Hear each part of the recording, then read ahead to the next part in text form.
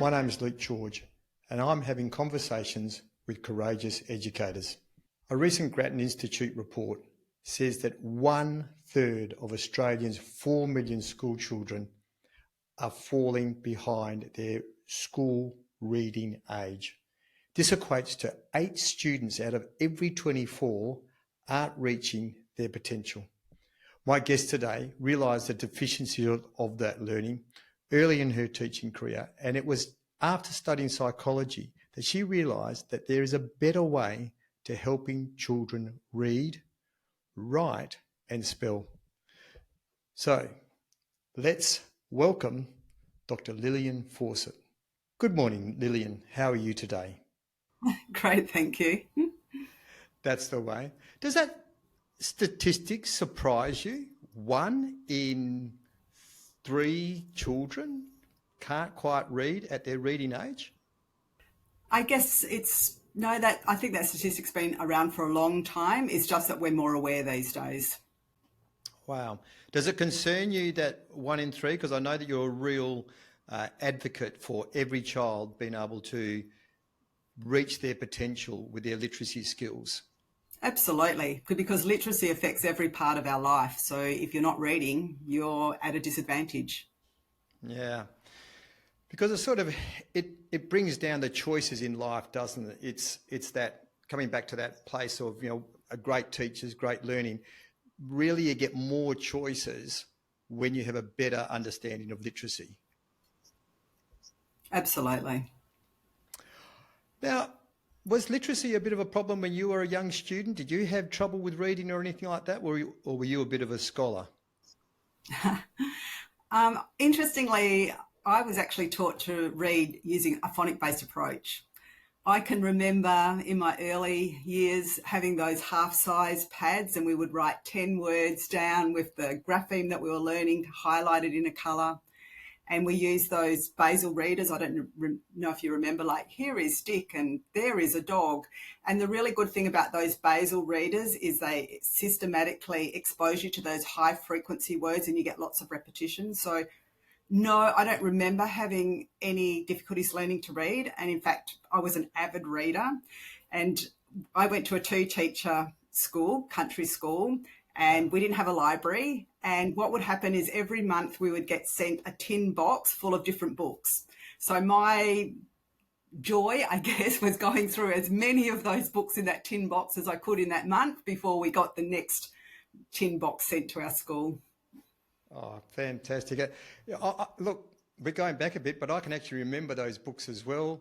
Nip, Fluff, Dick, I think, Dora. Was that the sort of where we're, the space where we're at on those places? That's correct, yeah. Yeah. Look, unfortunately, I reckon I was an undiagnosed dyslexic. And I remember as an 8-year-old boy, the teacher said to Mum that, Luke's not quite up to speed with his reading, writing and spelling. So what she suggested was that I just keep writing lots of words. So I'd get like 20 words a night. I'd just have to write them out. And I kid you not, Lillian, it just actually put me off reading. And then to actually add salt to the wound is when I went to high school, and when I'd write an essay, the red pen would come through of the way I'd actually scripted. So I was quite maybe I had some of the resources you had, but it just wasn't connecting for me. And I know that in your work, you're really trying to help, I suppose, students like myself, and it's not to say that I can't read, etc. now, but just to be able to get them up to speed with the way that they interpret literacy and get the joy from it. What is your program? And just tell us a little bit about what it is that you do in the area of helping students with literacy, reading, writing and spelling. Sure. So let me just reflect on what you said about your experience. Just going and writing lots of words down is certainly not going to be beneficial. And not only that, it's really boring to do. Yeah. It's not going to help. And, often parents get advice of, oh, your child just needs to read more. Well, that doesn't teach your child to read. So that's not really good advice either. So basically, when I was interested in this whole area of helping students that had literacy difficulty, I looked at the research and and the programs that were available, and I couldn't see any program that ticked all the boxes in terms of what I was looking for. So as most people would be aware these days, and I'm talking, I started looking at this material, 20, 25 years ago, but as most people are aware now that if a child is struggling and whether they've got dyslexia or they're just behind, they benefit most from a program that systematically and explicitly teaches phonics. And there's a lot of programs around at the moment that do that. But, I was looking at the students that I was working with, and a lot of them were intellectually capable, and the programs that were available were really slow moving. And even now they can be a little bit slow moving. And I wanted something that would move students along quickly, because when you're looking at intervention, you need to be catching up as quickly as you can. I wanted something that was comprehensive, because literacy is not just about teaching phonics. You need to be able to look at comprehension and fluency and phonological awareness, and the research around phonological awareness is showing how critical that is to the whole reading process. You need to be able to spell and to write. So I wanted something that encompassed everything, and there was nothing that I could find that did that. And also, teaching is not just about presenting information. We actually want students to remember that information. So I looked at the memory research and how can we help students remember this information that we've presented. And for me, I was working one-on-one for students. And for me, an important part of that was having parents involved, because for me, it's about empowering parents and giving them the skills and the knowledge and strategies so that A, when they're doing the program, they can implement it effectively, but B, they can use that knowledge ongoing to support their child in a way it's going to be effective for their child's learning. Wow. You really did a lot of work, and I think it's part of that work that I want to delve into a little bit at the moment and then come back to what you've actually been doing. Now, you did enter this beautiful profession of education. How long were you in there for, and what was that experience that you had when you became a young teacher, and what was it like? What was your experience like? So my first teaching posting was in Halls Creek. So basically all my teaching experiences were quite challenging positions. So 80% Indigenous population, obviously quite isolated. After Halls Creek, I went to Queen's Park, low socioeconomic area. I took a year off, did a bit of teaching in East London, again, quite a challenging school.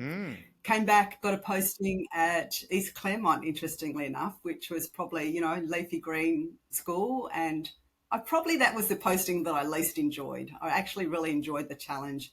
And I guess every time that you are challenged, you learn, don't you?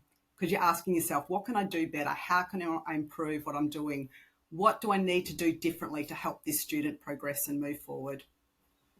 And when you were doing these reflections through the schools that you were at that were challenging, is the words that you use, you were really reflecting.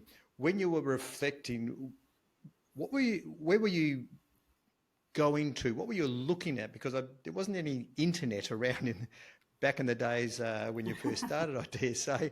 So was it just books, or was it speaking to other people, or were you actually starting already to create your own sense of improvement in literacy?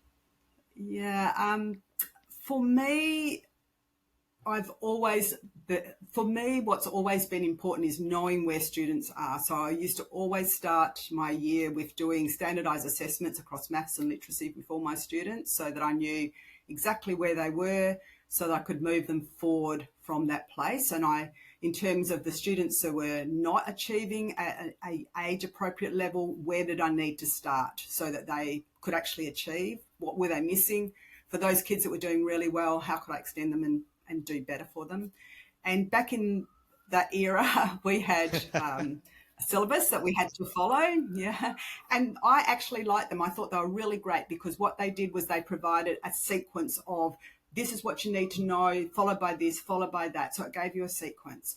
And yes, you had this is what I was supposed to achieve in year 4, but I think as a good teacher, and I don't think I think all good teachers did this. They go, well, my student doesn't know the year 3 material. So, but now I know what are the gaps that I have to fill in. And my student already knows all the year 4 material. So what can I do to extend them and move them on? Or how can I move them widthwise rather than just necessarily upwise? So that was always a good starting resource. And then I'm a reader. I would haunt the libraries. I've always studied. I've always done study and research. So what are the research articles saying? Yeah, talking to people. What are other people doing? How can I take what's effective and add it to what I'm doing? It's not about changing completely what I'm doing, but what can I do and I can do it better. Yeah. So it's that avid reading that comes back, and it made me think of the example of myself where I was seen to be put off reading, and yourself who actually got the reading and literacy, and how it became part of your life to expand your horizons, and where for other people it just is a bit more difficult to do research because it's just not ingrained like yourself, which then opens up, as we started with, the number of choices that we have, because we can actually self-reflect, get information, and then grow and improve ourselves. So it just brings us back to how important literacy is. And I like that. I remember that the syllabus, it was sequential. It was start here, keep moving, and you knew where you were. So things have slightly changed a little bit, but it's not to take away. It's still important for literacy and moving children forward. And I noticed that's a great thing that you actually said. It's not about everybody getting an A. It's about progressing children as far as they can go. Now, when you left teaching, you decided at some stage that you'd do some psychology. Is this back to that same sense of wanting to read, wanting to know, and wanting to do research, and you took psychology? What was psychology? Why were you drawn to psychology after teaching? It was just a situation of life circumstances. So after I finished teaching, I had a job with the Aboriginal Affairs Planning Authority as a researcher. Then I did that for a few years, and then I had some kids, and then my husband and I went overseas to Papua New Guinea and then on to Vietnam. And I was looking for something to do, and I went, what shall I do? I know, I'll study. What shall I study? Psychology would be pretty good. I could be an educational psychologist. Hey, you need plenty of those. They're in great demand. So that was my original plan for going into psychology, but, life circumstances happen, and that's not exactly where I ended up. Yeah. So now it comes the interesting part of your life, and thank goodness you took this turn, but I feel as if you took your education and your psychology, and then was there still a burning passion to bring the two together to then create your business and what you're working now, which is cracking the ABC code? How did that mesh together? What was the fire behind that? I think everything in my life has happened organically. So the reason that I became interested in this whole area of literacy difficulties is because my son was having some problems, and he was very much in that era of whole language. He was given those patterned readers. Here is a dog, here is a cat, here is a cow. And I could see that he was just remembering that sentence, looking at the picture, had no concept that the written word was a code for the spoken language, didn't even look at the words, couldn't make that relationship. And I knew it just wasn't going to work for him. So that's the beginning of my journey. And it was just organic. So he made some really great improvements in his literacy. One of his other classmates, the parents approached me and went, oh, will you help my child? And it was just organic. It just developed from that. And then we went to Vietnam, and I was doing teaching English as a second language at the Japanese school, and with some individual Japanese children and also some other English-speaking children. And then we came back to Australia, and it was like, well, what am I going to do now? Don't really want to go back to the classroom. Not sure that I want to be an educational psychologist. And I really liked that whole working one-on-one, because I really felt like I could make a difference. And so it was about, as I mentioned right at the beginning, I couldn't find resources that ticked all the boxes in terms of what I thought would be really great for moving students forward. So I started developing my own resources, and you just bring in all your life experiences in doing that. So I've got my education background, I've got what I learned in psychology, I put them all together. Wow, that's pretty it's pretty researched. So let's start talking about. I'm really interested in cracking the ABC code, and you have I notice in your programs multisensory. What is about multisensory? So let's just start off at that space. What is multisensory? It doesn't seem like there's a lot of looking at words when we're multisensory. Yeah. So when you look at your senses, sense of sight, sense of hearing, sense of touch, they're all processed in a different part of your brain. So if you're using multiple senses at the same time, what's happening is you're activating multiple regions of your brain, which means you're making more neural connections. The more neural connections you make, the more likely it is you are to remember that information. And it also means you have more pathways to withdraw that information when it's required. And this is really different to learning styles, being a visual learner or an auditory learner. That's basically been fairly well debunked. It's about, and we often think of multisensory as having to be something complicated, like we have to be drawing in sand or shaving cream or something like that. But actually, it can be really simple as saying something out loud while you're looking at it, maybe while you're writing it down or tracing it over with your finger. It can be really simple. Right. Okay. So it's multi-sensory. Do you think a lot of the programs, that commercial programs that will be used in schools today, are there a few that have that multi-sensory component to it, or just bits of it? Absolutely. Yeah? Good. All right. Well, that's great. I think more and more you'll find that programs include that. And I guess this is a little bit of I'm not skew sideways, but might be of interest. I was looking at some research recently that had been done, and the authors of the research were saying, it doesn't matter whether you have multisensory elements in your program or not, as long as you're explicitly, systematically teaching phonics, the children are going to make progress. But when then I looked at the research, and this is why you should actually dig a bit deeper than just looking at the abstract or the discussion at the end. When I was looking at their methodology, what I found was that the activities that they were deeming as non-multisensory were multisensory according to me, and certainly according to their own definition, which was using two or more sensory modalities at the same time.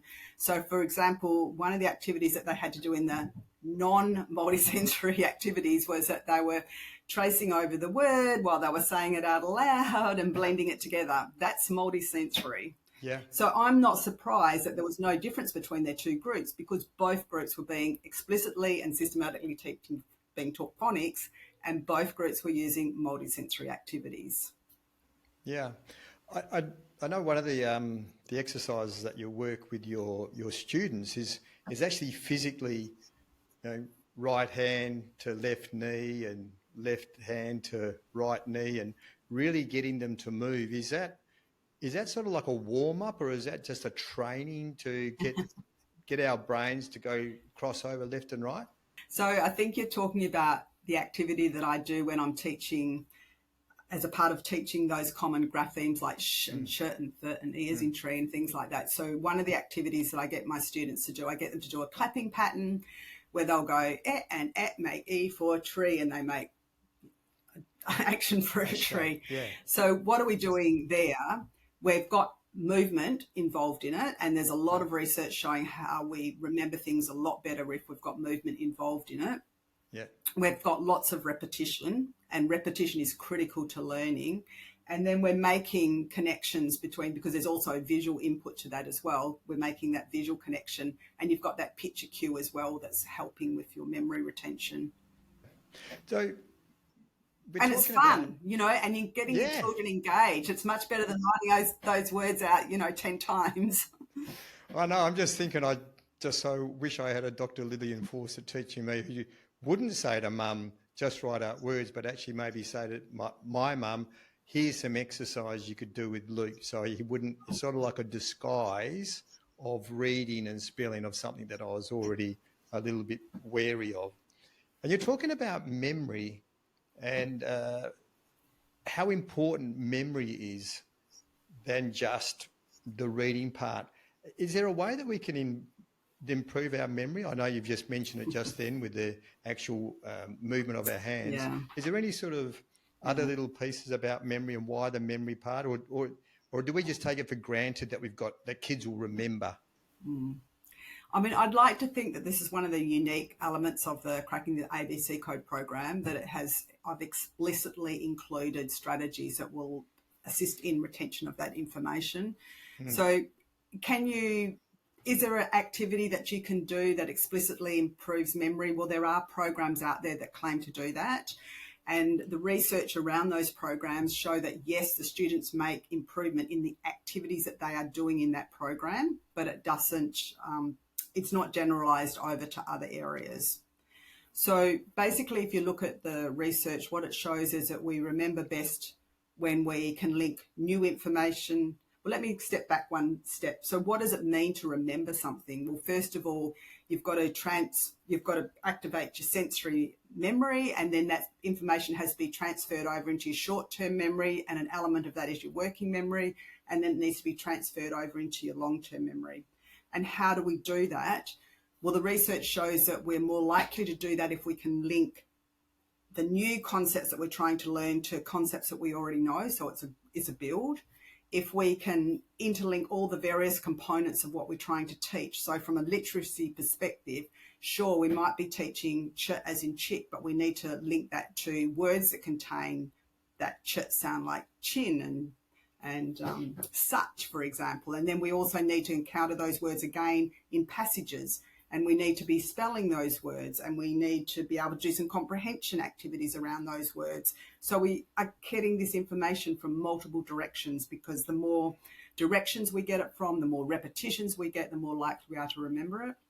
If we use as many senses as possible, which we just talked about, if we use pictures and stories, so we are primed to remember stories and pictures. So if you think about any traditional non-literate societies, like traditional Aboriginal societies, for example, they remembered masses of information and passed it on. And how did they do that? They did it through pictures and storytelling.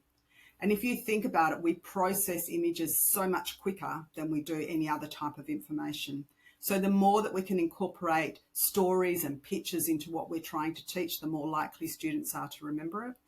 And really critical is repetition and more repetition.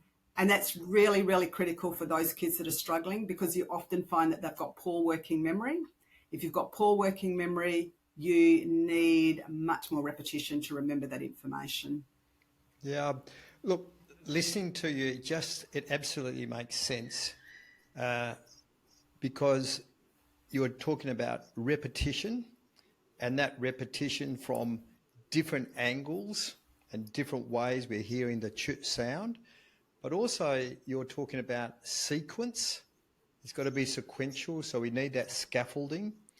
And I'm loving that whole sense of stories, and how can we tell stories that actually make meaning to the words so we remember. So I can see that's like a really real multi-pronged program for us to be able to then get an actual strategy to be able to read, write and spell.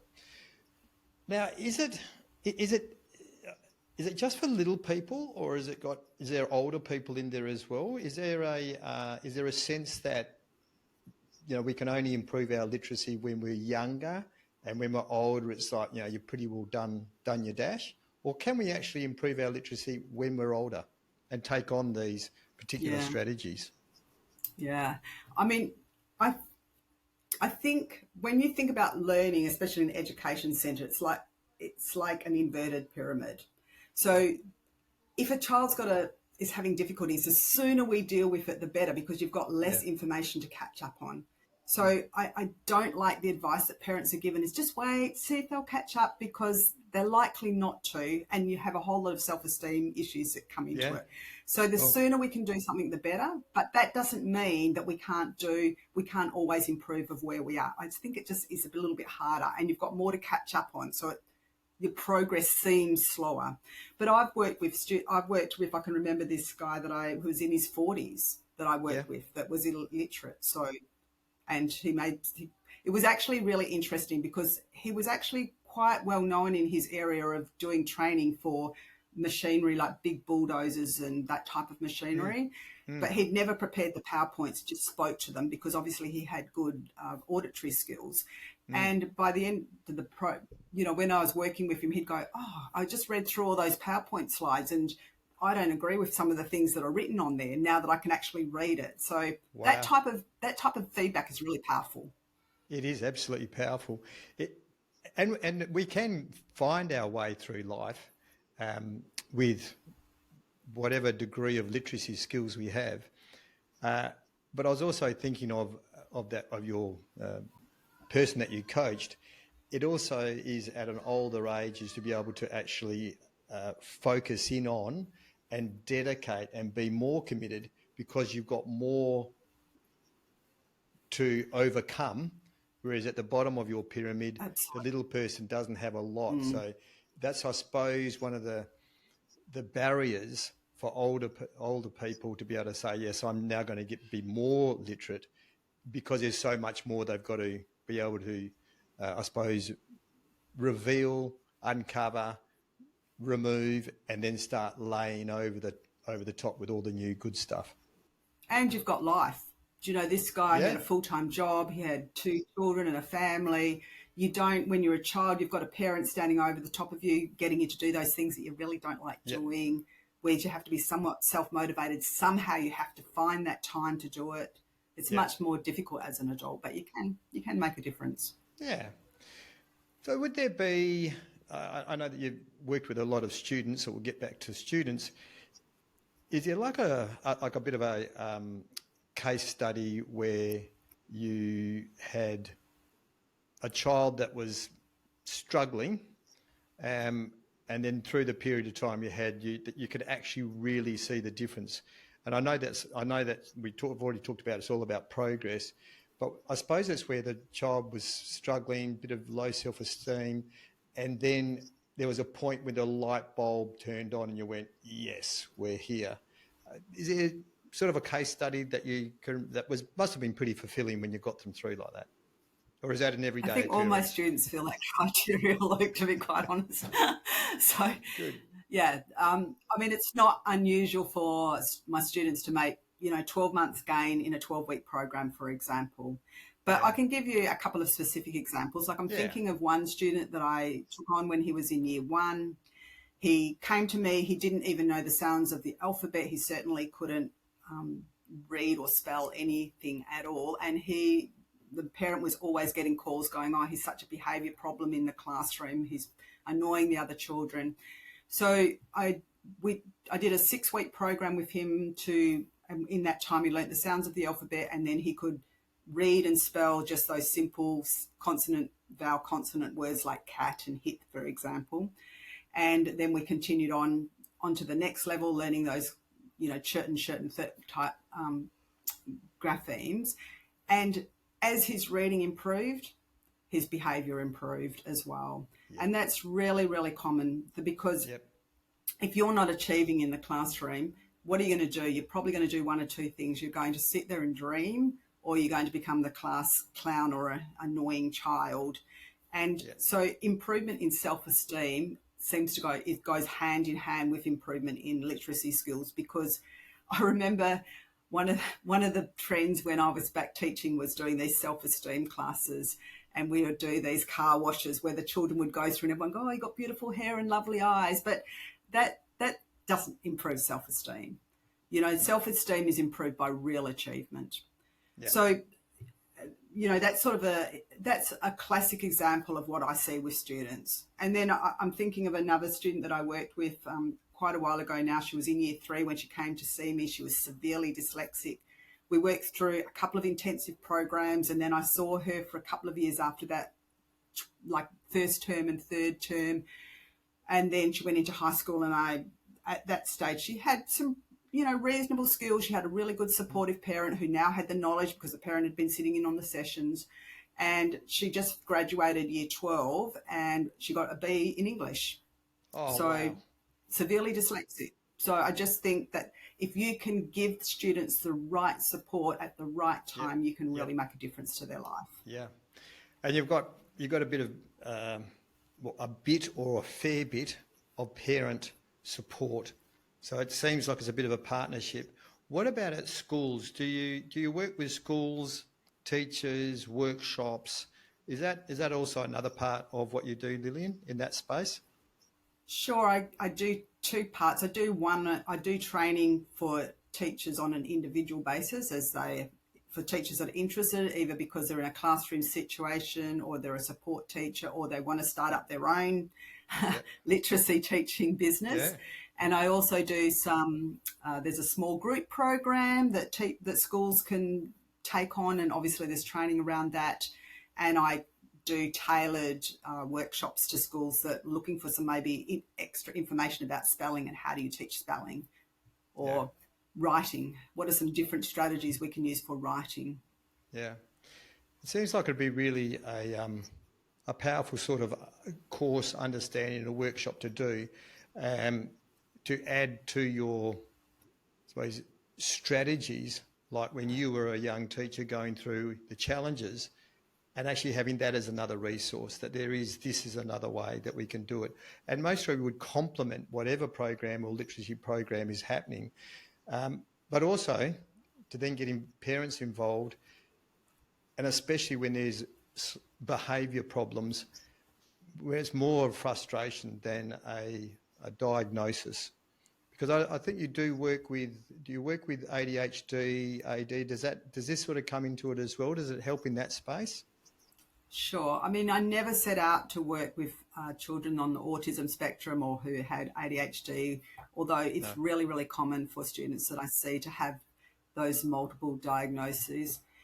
But I guess the program works for them because it's systematic, it's structured, and a lot of children that are on the autism spectrum like that structure. They like to know what's going to happen. And we look at the rules associated with using different graphemes or adding on suffixes, and they like rules as well. So there's a lot of elements that appeal to the characteristics that we often associate with people that have got on the autism spectrum. And the program, if it's delivered the way it's intended, is really fast paced. So we do lots of little activities that go one after the next one after the next one. So I think if we can keep something moving along, we're more likely to keep students engaged and focused, and then they can't be distracted. Yeah, that's a big one. So we've talked all about your about the program, and it's just so interesting, and as it backs up other research, and it's just fantastic that you're out there helping the little people. I'm just interested in, do you always read research books, etc.? What sort of books are you reading that's on your bedside table at the moment? I go from one extreme to the other. So I read trash, so whatever I can pick up that's free and I don't have to think about, or I read academic material. Wow, that is a real reader. And what about your happy place, Lillian? You do a lot of work in this space, and where do you actually find outside of that? What sort of leisure activities, or do you just sitting around reading trash, or do you do other things? I play some sport badly, a bit of squash and a bit of basketball.